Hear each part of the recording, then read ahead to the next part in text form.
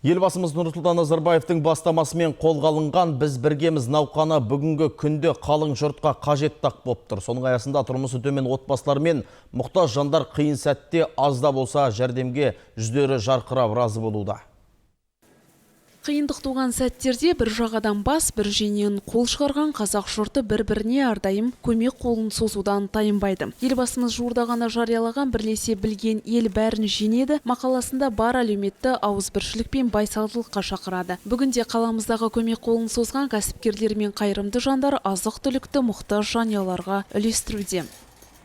Бүгінгі күні елбасымыздың бастамасымен басталған республикалық "Біз біргеміз" науқанының Айсберг жауапкершілігі шектеулі серіктестігі қолдап, әлеуметтік жағдайы төмен отбасыларға арналған 40 дана көмек алынып отыр. Республикалық "Біз біргеміз" науқаны аясында бүгін 40-қа жуық азық-түлікке толы жәшіктер жалғыз басты аналарға, көп балалы отбасы, ардагерлер мен қарт жандарға жеткізілді. Айта кетейік, бұған дейін жомарт жандар қолын созған игі іс шеңберінде 1800-ге жуық отбасыға шай, қант, сұйық май секілді тұрмысқа қажетті азықпен қамтамасыз етілген.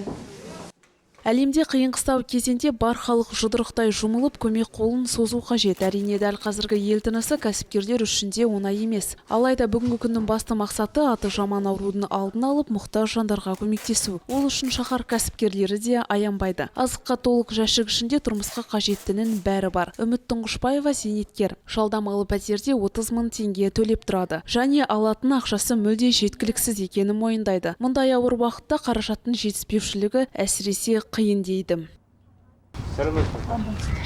Рахмат, спасибо вам большое за вот это вот, что у нас вот так не бросаете на улицу, считайте.